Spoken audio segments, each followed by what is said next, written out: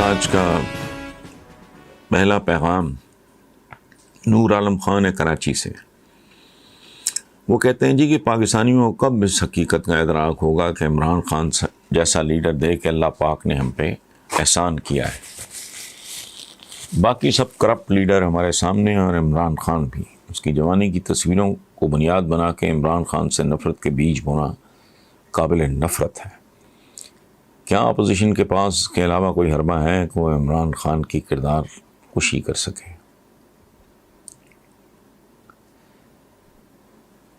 نور عالم صاحب، پہلی بات آپ نے کی کہ پاکستانیوں کو کب اس حقیقت کا ادراک ہوگا کہ عمران خان ان پہ اللہ پاک کا احسان ہے. تو انگریزی میں کہتے ہیں سینگ از بلیونگ. دیکھتے ہو تو یقین. لیکن یہ عام لوگوں کی بات ہے. ٹھیک ہے، یہ اللہ پاک کی جن لوگوں پہ خاص عنایت ہوتی ہے ان کو وہ ویژن عطا کرتا ہے. وہ مستقبل میں ذرا تھوڑا بہت جھانک سکتے ہیں، دیکھ سکتے ہیں. عام آدمی تو پیٹ سے آگے نہیں دیکھ سکتا. اس لیے اگر کچھ لوگ کنفیوزڈ ہیں تو دیٹ از انڈرسٹینڈیبل. ہمیں ان کے لیے دعا کرنی چاہیے. ان کے اندر اللہ استقامت دے، حوصلہ دے.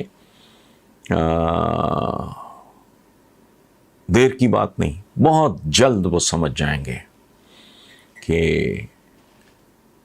عمران کی شکل میں پاکستان پہ رب مہربان ہوا ہے. اچھا، رہ گیا اس کی جوانی کی تصویریں اور نفرت تو لعنت. کیسے کیسے حسین صحابہ، عالی شان لوگ قبول اسلام سے پہلے کیا کچھ نہیں کہتے اور کرتے رہے. یہ کمظرفوں کا کام ہے. میں اگر بدل گیا تو آپ کی رائے بھی میرے بارے میں بدل جانی چاہیے. لیکن اگر اندر کرودھ ہے، بدنیتی ہے، منافقت ہے، تو آپ مجھے میرے ماضی کے حوالے سے ہی یاد رکھیں گے اور لوگوں کو ریمائنڈ کرانا چاہیں گے. لیکن وقت آئے گا اور وہ وقت ہرگز دور نہیں ہے. اگین میرے یہ سیاسی ایمان کا حصہ ہے اور میں پروردگار سے دعا کرتا ہوں کہ اللہ پاک میری بھی لاج رکھنا، اس ملک کے لوگوں کی بھی لاج رکھنا اور اس ملک کی بھی لاج رکھنا. بہت ہو گیا ہمارے ساتھ. یہ عجیب بات ہے. ویورز، اگلا سوال پھر عمران خان کے بارے میں. اخوندزادہ حاکم مردان سے ہیں. نور عالم خان صاحب کراچی سے تھی. 15 میں نے شہر کا نام لیا کہ نہیں. وہ کہتے ہیں سابقہ حکمران اشرافیہ کے ساتھ وزیر اعظم عمران خان کا کوئی مماثلت ہی نہیں. خاندانی، تعلیم، شخصیت، سماجی کام، دیانت، بہادری، انسانی سلوک، ہمدردی میں تو کوئی آدمی عمران خان کے قریب بھی نہیں پھٹکتا. آپ اگر شریفوں، زرداریوں، فضل الرحمانوں، اسفندیاروں وغیرہ میں ان خصوصیات کو دیکھنا چاہیں تو دور دور تک. اب اخوندزادہ حاکم صاحب، آپ نے ساری بات تو خود بیان کر دی. اب اس میں کیا ایڈ کروں سوائے اس بات کے کہ میں آپ سے متفق ہوں. یہ سوال بہت خوبصورت ہے. عاصم مقصود ہیں بہاول پور سے. اللہ آپ کو صحت دے، زندگی دے. بڑا خوبصورت سوال. وہ کہتے ہیں اگر آپ کی زندگی میں کوئی پریشانی آ جائے تو آپ اسے کس طرح ہینڈل کرتے ہیں؟ ہمیں بھی بتائیں، کیونکہ اب زندگی میں سوائے پریشانیوں کے کچھ نہیں رہ گیا. سبحان Allah, what a beautiful question. Asim Maqsood صاحب، اللہ آپ کو صحت کے ساتھ سلامت رکھے. پہلی بات یہ ہے کہ یو نیور گیو اپ. کبھی سرنڈر نہیں کرتے.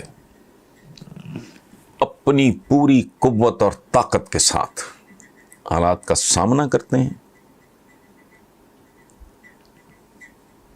اللہ پہ مکمل بھروسہ رکھتے ہیں اور بڑے سے بڑا عذاب بھی آ جائے،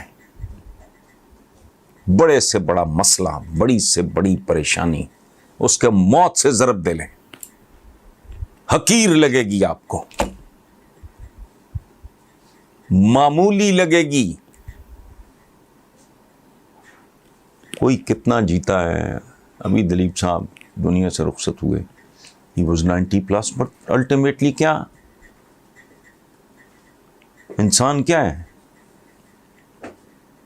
ہندو جلا دیے جاتے ہیں، مسلمان اور کرسچنز مٹی میں دبا دیے جاتے ہیں، اور پارسی جو ہیں وہ اپنے مردوں کو، وہ پرندوں کو کھلا دیے جاتے ہیں، ان کو ٹاور آف سائلنس کہتے ہیں، برج خاموشی یا کوئی اس طرح کا ترجمہ ہے اس کا۔ تو آپ مجھے بتائیں، اگر انجام یہ ہے تو بیچ میں کوئی چھوٹا موٹا کو اونچ نیچ یہ وہ اگر آتی ہے تو اس کو بہادری سے فیس کریں۔ میں پہلے بھی مثال دے چکا ہوں رابرٹ بروس کی، اور بڑے لوگ ہیں، جو ظہیر الدین بابر کے ساتھ ہوا کوئی تصور بھی نہیں کر سکتا۔ رابرٹ بروس چھپا ہوا غار میں، شکست خوردہ، اس نے مکڑی کو 1 دفعہ 2 دفعہ 3 دفعہ، یاد رکھیں ہر شکست، ہر پریشانی آپ کو کامیابی اور فتح کی طرف لے کے جاتی ہے، پرووائڈیڈ۔ ہم دیکھیں، ہم بات کرتے ہیں کھجور کھانا سنت ہے، وہ کھجور کھانا سنت یہ تو بڑی مزیدار سنت ہے، طائف کے پتھر کھانا بھی سنت ہے، ہجرت کرنا اس زمانے میں، مکہ سے مدینہ تک کا سفر اونٹ پہ، شعب ابی طالب میں فاقے کاٹنا، یہ بھی سنتیں ہیں۔ پھر نتیجہ تو دیکھو، یہ سنت ہے، پھر نتیجہ دیکھو، دنیا ہی پلٹ کے رکھ دی۔ جنہیں اپنا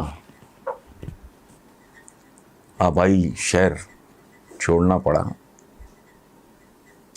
آج دنیا میں مسلمانوں کی تعداد دیکھو، ہمارے کرتوت برے کہ ہمارا وہ مقام نہیں ہے جس کے اگر ہم واقعی اس میں اس کے 25% پہ، میں نے چند دن پہلے ایک کالم لکھا ہے، وہ 40 احادیث انیلا خالد صاحبہ نے بھیجی، تو میں نے کہا ان میں سے ایک پہ کر لو، صرف جھوٹ ہی چھوڑ دو۔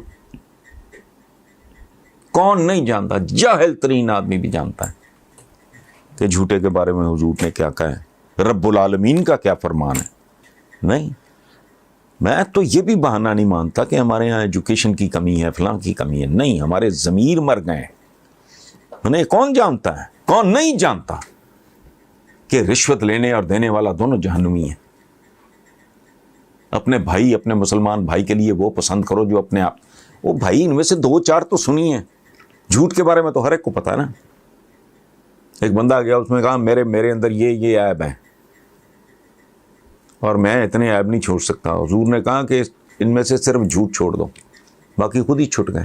اس لیے نہیں، ہمت نہیں ہارنا، بالکل نہیں۔